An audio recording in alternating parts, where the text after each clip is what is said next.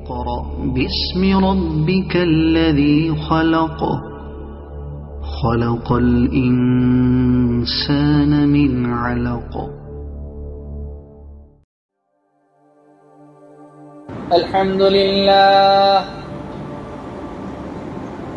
الحمد لله وكفى وسلام على عباده الذين اصطفى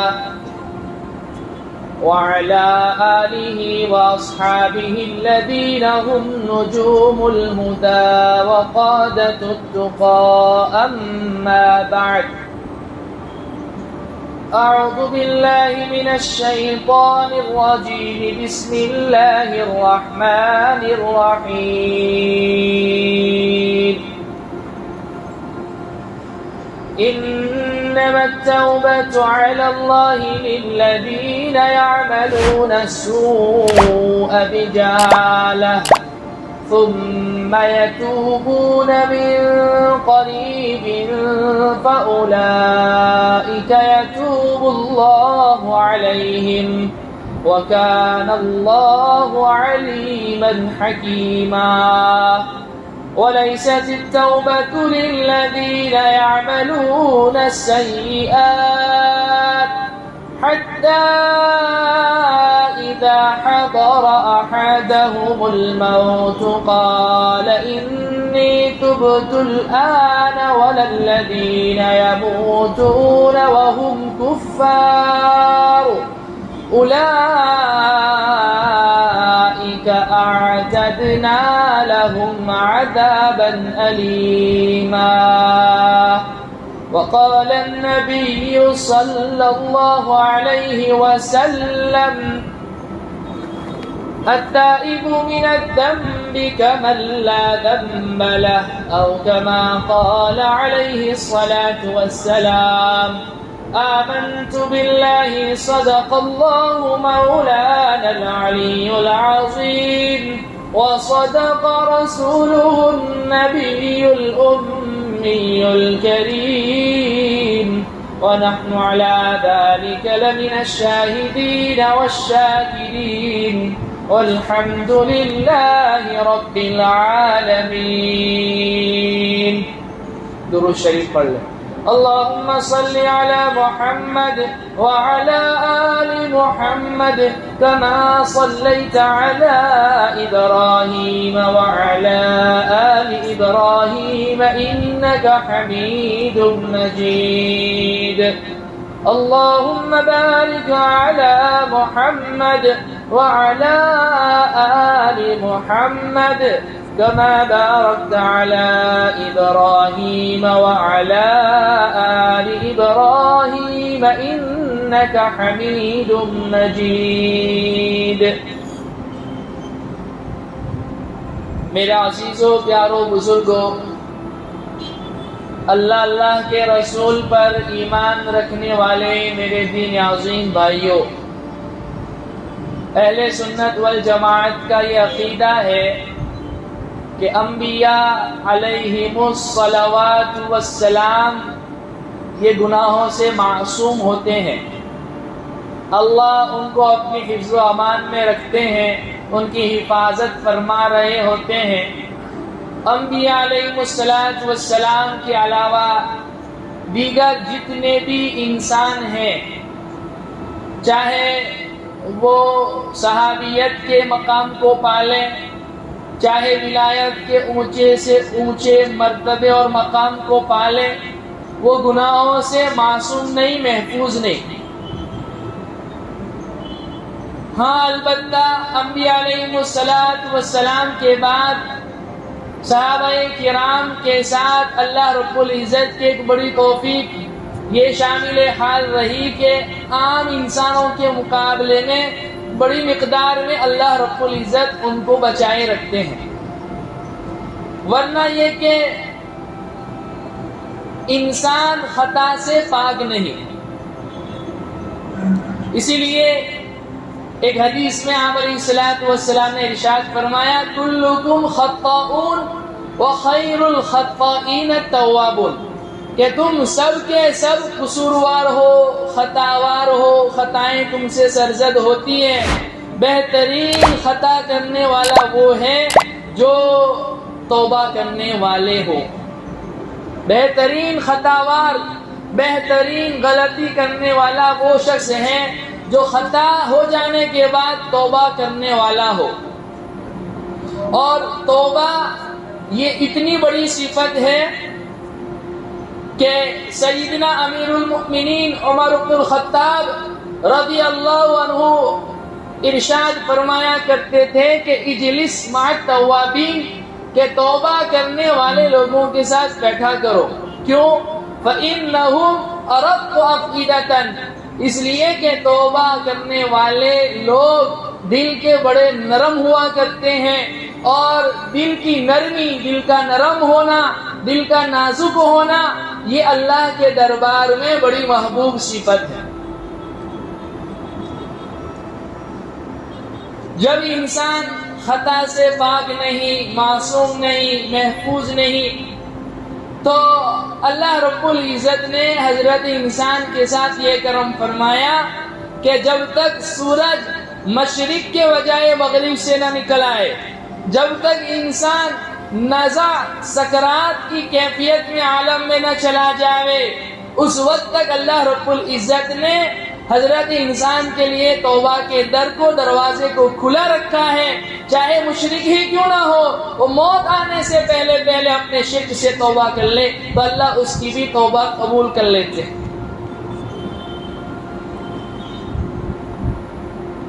اور یہ کتنا بڑا کرم فرمایا اللہ رب العزت نے ہمیں یہ چیز عطا فرما کر. بہت بڑی دولت ہے جو اللہ رب العزت نے ہمیں عطا فرمائی ہے. اس لیے خطبے میں آیت پڑھی گئی، انما التوبة على الله للذين يعملون السوء بجهالة ثم يتوبون من قريب فأولئك يتوب الله عليهم وَكَانَ اللَّهُ عَلِيمًا حَكِيمًا. بلا شبہ اللہ رب العزت نے ان لوگوں کی توبہ قبول کرنے کی ذمہ داری اپنے اوپر لے رکھی ہے جو گناہ نادانی کی حالت میں کرتے ہیں، اور پھر قریب ہی زمانے میں جیسے ہی ان کو گناہوں پر تنبہ ہوتا ہے فوراً توبہ کر لیتے ہیں. اللہ رب العزت ان کی توبہ کو قبول فرما لیتے ہیں. اللہ بڑے علیم ہے، حکمت کے مالک ہیں. اگلی آیت میں اللہ فرماتے ہیں وَلَيْسَتِ التَّوْبَةُ لِلَّذِينَ يَعْمَلُونَ السَّيِّئَاتِ، ان لوگوں کی توبہ کو اللہ قبول نہیں فرماتے ہیں جو گناہ کو جانتے ہوئے کرتے ہیں. حَتَّى إِذَا حَضَرَ أَحَدَهُمُ الْمَوْتُ قَالَ إِنِّي تُبْتُ الْآنَ وَلَا الَّذِينَ يَمُوتُونَ وَهُمْ كُفَّارٌ أُولَئِكَ أَعْتَدْنَا لَهُمْ عَذَابًا أَلِيمًا. یہاں تک کہ جب تم میں سے کسی ایک شخص کے پاس اس کی موت کا وقت آ جاتا ہے اور وہ اس وقت کہتا ہے اللہ اب میں توبہ کرتا ہوں، یا کوئی انسان حالت کفر میں مر جاتا ہے، اللہ ان کی توبہ کو قبول نہیں فرماتے ہیں. بعض حضرات مفسرین نے فرمایا ہے کہ اس آیت میں اللہ رب العزت نے ان کا بھی تذکرہ کیا ہے جو گناہ کر کے توبہ کر لیتے ہیں اور قریبی زمانے میں توبہ کر لیتے ہیں، اور ان لوگوں کا بھی تذکرہ کیا ہے جو گناہ کرنے کے بعد ایک مدت کے بعد توبہ کرتے ہیں.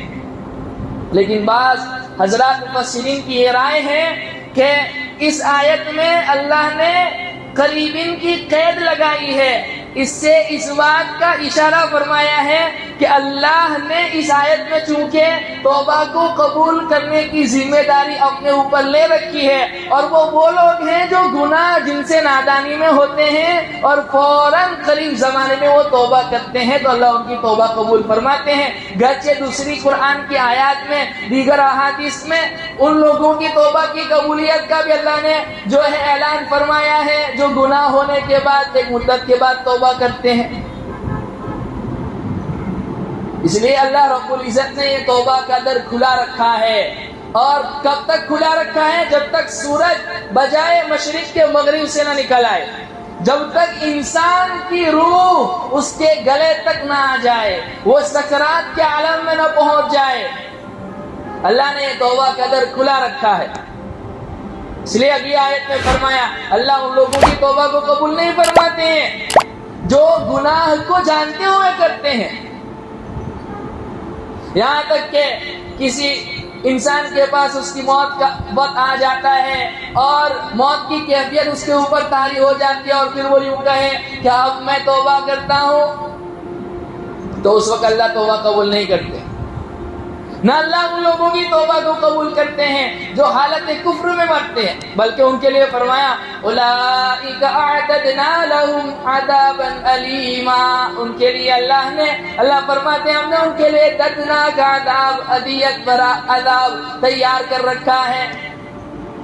اس لیے فرعون نے بھی توبہ کی جب اسے نظر آیا نا کہ میں ڈوب رہا ہوں اور وہ اپنا ٹھکانہ نظر آنے لگا. علماء فرماتے ہیں توبہ کی اور پرفیکٹ توبہ کی. کیسی توبہ کی؟ پرفیکٹ توبہ کی. کیا کہا کہ میں ہارون اور موسیٰ کے رب پر ایمان لاتا ہوں، میں اس رب پر ایمان لاتا ہوں جس پر بنو اسرائیل اپنا ایمان رکھتے ہیں.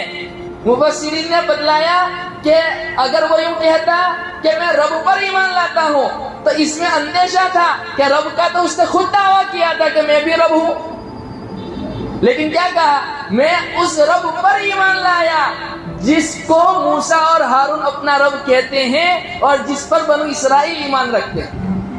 کوئی شک اور شبہ نہیں چھوڑا. لیکن کیا کہا اللہ نے الآن وقد عصیت قبل وکنت من المفسدین. اب تیری سمجھ میں یہ بات آئی کہ تو رب نہیں ہے، رب کوئی اور ہے. اس سے پہلے تو نافرمانی کر چکا. نہیں، خدائی کا دعویٰ صرف تو نہیں کیا ہے، لہذا تیرے جسم کو ہم تیرے روح کو تیرے جسم سے نکالیں گے اور تیرے جسم کو قیامت تک آنے والی انسانیت کے لیے آئیڈیل اور نمونہ بنائیں گے.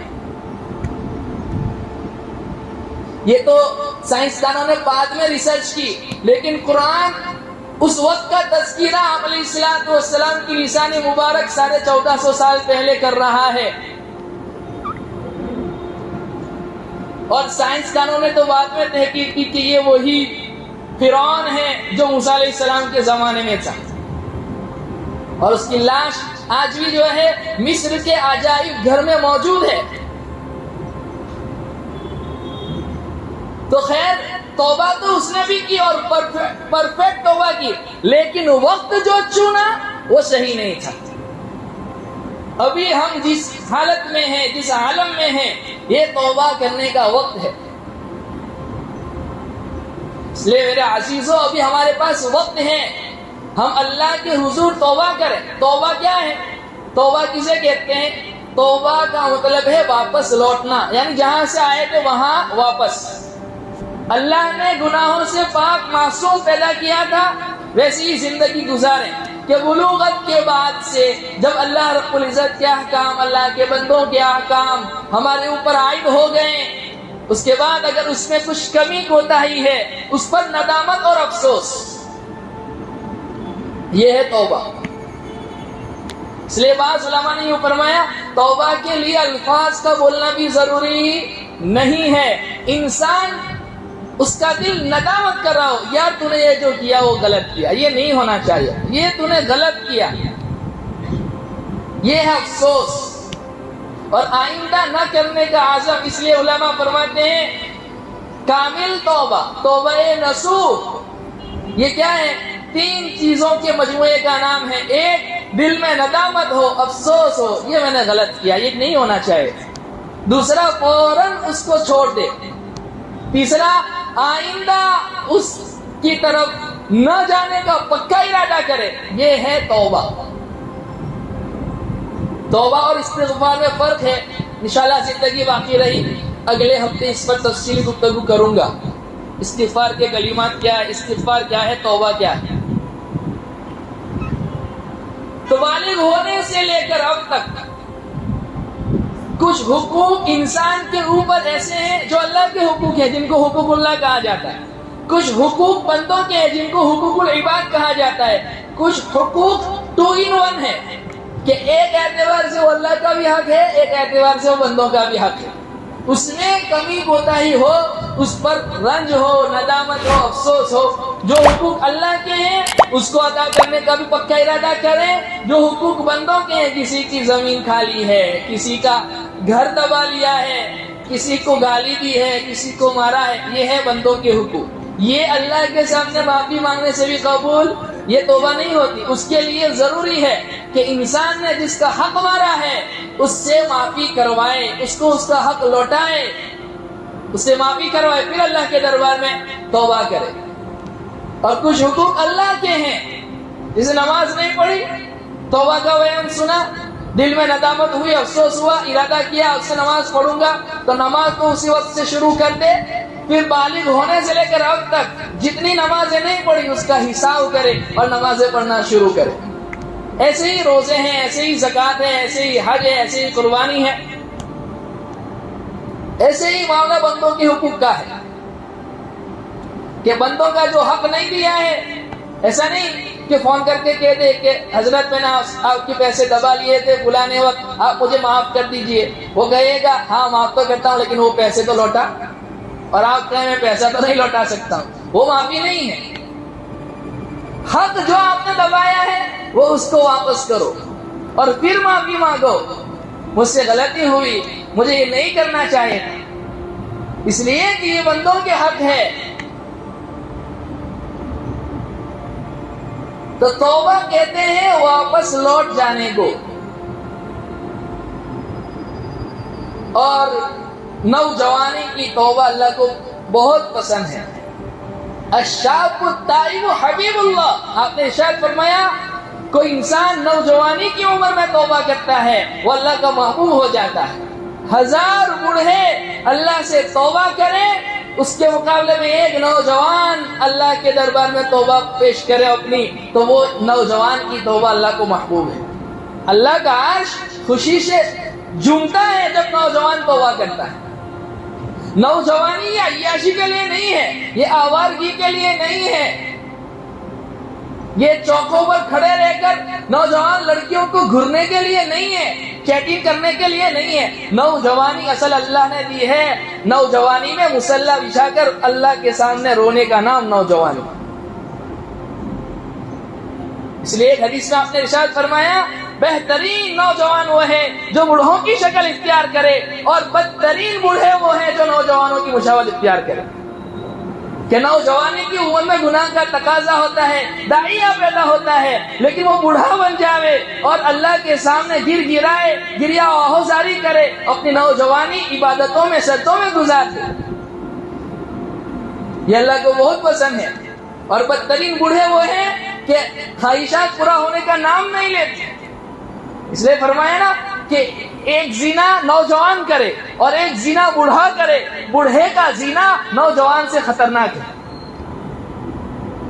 کہ ایک تکبر امیر کرے، ایک تکبر غریب کرے. غریب کا تکبر امیر کے تکبر سے برا ہے. اس کے پاس ہے اور تکبر کر رہا ہے، تیرے پاس کچھ نہیں ہے اور تکبر کر رہا ہے. تکبر کرنا تو دونوں کے لیے برا ہے.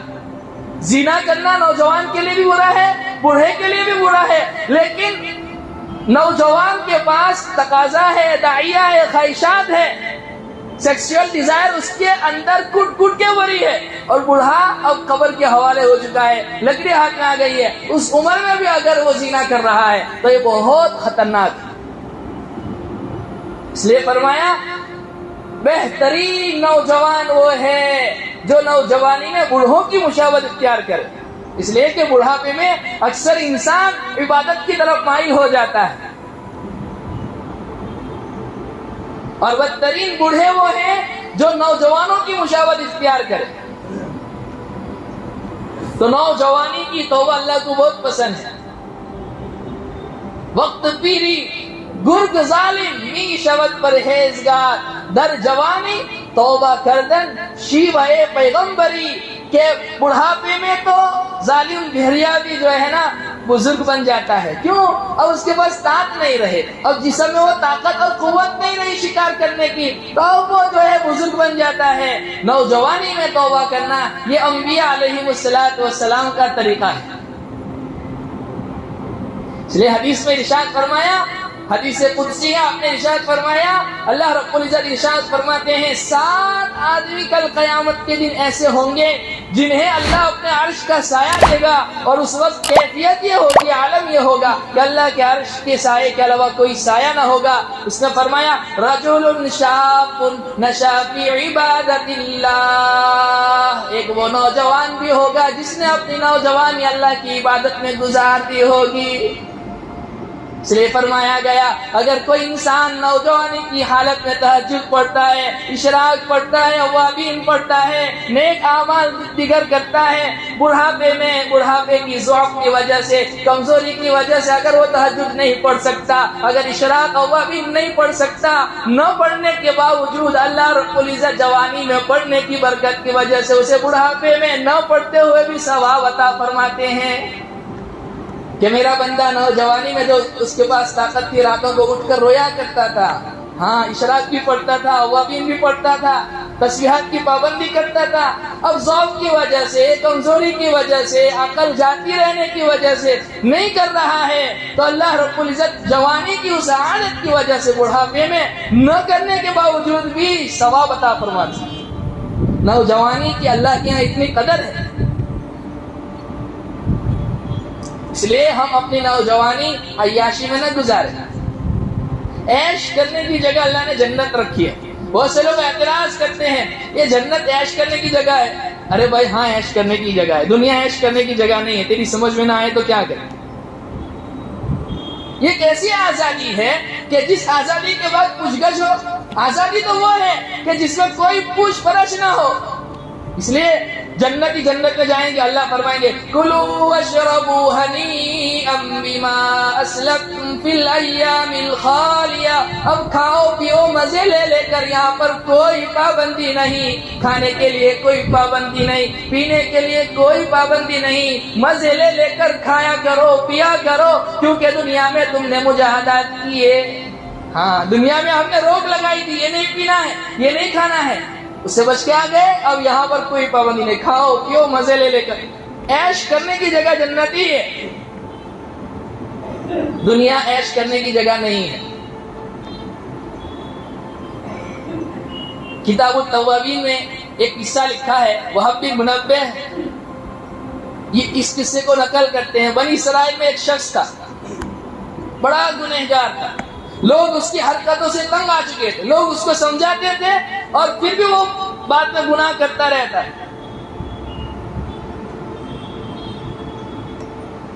ایک مرتبہ لوگوں نے اتفاق کیا کہ اب کی بار اگر یہ حرکت کرے تو اس کو جو ہے شہر سے باہر نکال دیں گے، اس سے پھر وہ گناہ صادر ہو گیا۔ لوگوں نے اس کو جو ہے اس کے گھر والوں نے بھی نکال دیا، لوگوں نے بھی اس کو شہر سے باہر کر دیا۔ اب اس زمانے میں وہ علاقوں میں، شہروں میں، گاؤں میں دروازے ہوا کرتے تھے، تو دروازے جو شہر کا دروازہ تھا، جو گاؤں کا دروازہ تھا، بستی کے باہر کچھ درخت تھے، ویرانہ تھا، وہاں پر اس نے پناہ لی۔ توشہ کتنے دن چلتا؟ توشہ ختم ہونے کے بعد جو ہے اس کے اوپر موت کی کیفیت طاری ہوئی اور توبہ کر کے مر گیا۔ ادھر اللہ رب العزت نے اپنے جلیل القدر پیغمبر، 5 اولو العزم پیغمبر ہیں، اس میں سے ایک موسیٰ کلیم اللہ ہے، ان کو وحی بھیجی، موسیٰ میرے اس بندے کی جنازے کی نماز پڑھو، آپ کو حکم دیا گیا پڑھو، اور یہ اعلان کرو بنی اسرائیل میں کہ جس کے گناہ زیادہ ہو وہ یوں چاہتا ہو کہ اس کے گناہ معاف کر دیے جائیں، اسے چاہیے کہ وہ اس کے جنازے میں شریک ہو جائیں۔ جب یہ اعلان کیا، بنی اسرائیل تو بڑی تعداد میں تھے، موسیٰ علیہ السلام نے جب یہ اعلان کیا بنی اسرائیل کثیر تعداد میں جمع ہو گئے۔ اب جا کر دیکھا، اللہ نے بتلایا تھا وہ اس جگہ پر پڑا ہوا ہے۔ جب لوگوں نے دیکھا یہ تو وہی فاسق فاجر آدمی ہے جس کو ہم نے شہر سے باہر، اپنے گھر سے باہر نکال دیا تھا، شہر سے باہر کر دیا تھا، انہوں نے کہا موسیٰ ھذا ھو شاب الذی اخرجناہ، جس کو ہم نے اپنے شہر سے نکال دیا تھا، یہ تو وہی فاسق فاجر ہے۔ موسیٰ علیہ السلام کو چونکہ پتا نہیں تھا، تو اللہ رب العزت نے موسیٰ علیہ السلام کو وحی بھیجی کہ ہاں موسیٰ میں شاہد ہوں، میں گواہ ہوں، یہ ویسا ہی تھا جیسا یہ کہہ رہے ہیں. لیکن جب اس کے اوپر موت کی کیفیت طاری ہوئی، اس نے دائیں طرف بھی دیکھا، بائیں طرف بھی دیکھا، کوئی اسے نظر نہیں آیا.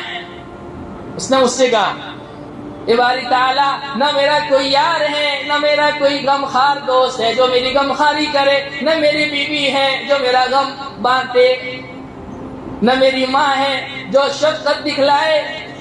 میرے پاس کھانا کوئی نہیں، میرے پاس پانی کوئی نہیں، مجھے اپنے شہر والوں نے باہر نکال دیا ہے. میں دائیں طرف دیکھ رہا ہوں کوئی نہیں، بائیں طرف دیکھ رہا ہوں کوئی نہیں، میرا کوئی پرسان حال نہیں ہے. آج میں تجھ سے پکی توبہ کرتا ہوں، اگر مجھے پتا ہوتا کہ مجھے معاف کر دینے سے تیری شان میں کمی واقع ہو جائے گی، یا مجھے عذاب دینے سے تیرے خزانے میں کمی واقع ہو جائے گی، تو میں کبھی تجھ سے سوال نہ کرتا. اے اللہ، بنو اسرائیل کے پیغمبر حضرت موسیٰ علیہ السلام کی طرف آپ نے یہ وحی بھیجی ہے، انی انا الغفور الرحیم، کیا آپ بڑے معاف کرنے والے ہیں، میرے گناہوں کو معاف کر دیجئے. پکی توبہ کی.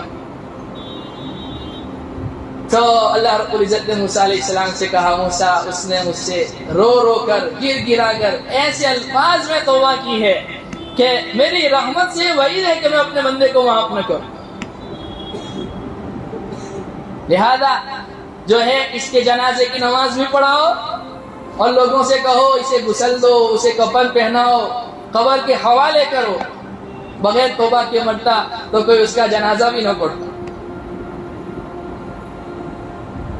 اللہ بڑے کریم ہیں، بڑے رحیم ہیں. یہ تو موسیٰ علیہ السلام کی امتی کے ساتھ اللہ کا یہ حال ہے. ہم تو سرور کائنات محمد مصطفیٰ صلی اللہ علیہ وسلم کے امتی. اللہ تعالیٰ اپنے بندوں کی توبہ کے انتظار میں رہتے ہیں، اور اللہ بندے کی توبہ قبول کرنے کے لیے بیٹھا ہوا ہے جب تک وہ سکرات کے عالم میں نہ پہنچ جائے. صبح کا بھٹکا ہوا شام کو آ جائے، شام کا بلا ہوا صبح کو آ جائے. اللہ اپنے بندے کی توبہ کے انتظار میں رہتے ہیں. کیا اس سے اللہ کی شان میں معافی مانگ لیں گے تو بڑھوتری ہونے والی ہے؟ کیا اللہ کی شان میں کمی واقع ہونے والی ہے اگر ہم گناہ کرتے چلے جائیں گے اور توبہ نہیں کریں گے؟ نہیں. پھر اللہ کیوں اپنے بندوں کی توبہ کے انتظار میں رہتے ہیں؟ اس لیے کہ اللہ چاہتے ہیں میرا بندہ میری پکڑ سے بچ جائے. وہ ماں جس کا بیٹا نافرمان ہو اور پھر وہ توبہ اور استغفار کر کے واپس آ جائے، ماں باپ کا مطیع اور فرما بردار بن جائے، تو ماں اس کو جیسے معاف کر دیتی ہے، اس سے 70 گنا زیادہ اللہ رب العزت اپنے بندوں سے پیار کرتا ہے.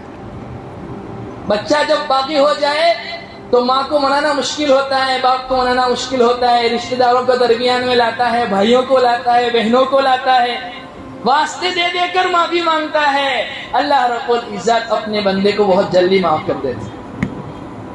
اس کے لیے کوئی فارمیلٹیز نہیں. اس لیے میں ہمیشہ کہتا ہوں کہ کبھی اپنے گناہ لوگوں کو گنواؤ بھی مت. اس نے تو ستاری کا معاملہ کیا ہے. اپنے رب سے کہو تنہائی میں جو کچھ ہے، اے میرے رب، میں تیرے سامنے حاضر ہوں، میرا ظاہر بھی تیرے سامنے ہے، میرا باطن بھی تیرے سامنے ہے، اور آئندہ میں کیا کیا کرنے والا ہوں وہ بھی تیرے سامنے ہے، تو مجھے معاف کر دے. کیوں لوگوں کو ہم کہیں کہ مجھ سے یہ ہو گیا، مجھ سے وہ ہو گیا؟ بنی اسرائیل میں ایک شخص تھا، کفل، ترمذی شریف کی روایت، روزانہ ایک نئی لڑکی اپنے پہلو میں لاتا، اپنے بستر پر لاتا. ایک رات ایک لڑکی کو لے کے آیا نوجوان، 60 دینار، تقریباً آج کا 15-16 لاکھ روپیہ. کتنی مستی تھی، کیسی عیش تھی. اور جب کنڈی لگائی تو وہ لڑکی رونے لگی. تو کفل نے کہا میں زبردستی تو نہیں لایا ہوں، میں نے پیسے دیے، میں نے سودا کیا. تو اللہ کی اس بندی نے کہا میں بازار و عورت نہیں ہوں، میں جسم فروش نہیں ہوں. بھوک نے، غربت نے، لاچاری نے، بے بسی نے، محتاجگی نے اپنا جسم بیچنے پر مجھے مجبور کر دیا ہے. کاش مالدار لوگ زکوٰۃ نکالتے. اپنے محلے کی بیواؤں کا ہم خیال رکھتے، اپنے محلے کے یتیم بچوں کا ہم خیال رکھتے. مالدار لوگ جب زکوٰۃ نہیں دیتے تو پھر عورتیں یوں ہی اپنا جسم بیچنے پر مجبور ہو جاتی. کوئی عورت بائی نیچر فطرتاً اپنا جسم نہیں بیچتی. ان کو نچانے والے، ان کے جسم کا سودا کرنے والے ہم لوگ. تو اس کے دل میں بے چینی پیدا ہوئی. اس نے کہا کہ میری بہن تو چلی جا اور میرے لیے دعا کر دے, اللہ مجھے معاف کر دے. اور پیسہ بھی اس کو دے دیا, اتنی زیادہ رقم. کہا وہ تجھے ہدیہ ہے تو اپنی ضرورت پوری کر لے, میرے لیے بس دعا کر. وہ اللہ کی بندی گھر پہنچی اور ادھر جو ہے ملک الموت آ گئے روح قبض کرنے کے لیے.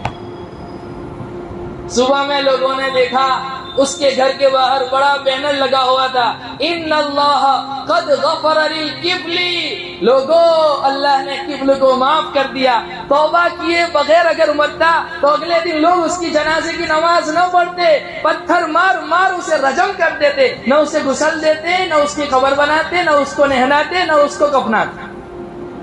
اللہ نے یہ بینر لگوایا یہ بتلانے کے لیے, لوگوں اب اس کی جنازے کی نماز پڑھو, اب اس کو کفن دو, اب اس کو غسل دو. میرا بندہ گنہگار تھا, مجھ سے توبہ کر کے میرے پاس آیا ہے, میں نے اس کو معاف کر دیا. التائب من الذنب کمن لا ذنب له. گناہوں سے توبہ کرنے والا ایسا ہو جاتا ہے جیسے اس نے گناہ کیا ہی نہیں. لہذا انسان کی فطرت میں اللہ نے شر کا مادہ رکھا ہے, فَأَلْهَمَهَا فُجُورَهَا وَتَقْوَاهَا. خیر بھی ہم نے اس کے اندر رکھی ہے, شر اور برائی بھی رکھی ہے. اور یہ اللہ کی ذات سے وعید ہے کہ اللہ زہر پیدا کرے اور اس کا تریاق نہ ہو, ایسا ہو نہیں سکتا.